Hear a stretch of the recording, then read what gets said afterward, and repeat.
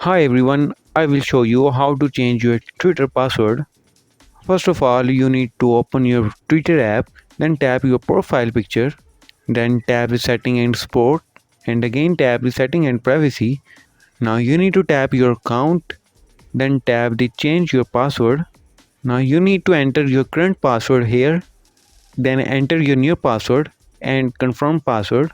After that, you need to tap the update password and your password will be changed. If there is a problem with this video, so ask in the comment. Any problem related to social media and internet, let us know in the comment bar so we can make a video on it. Please like this video and press the bell icon for any update.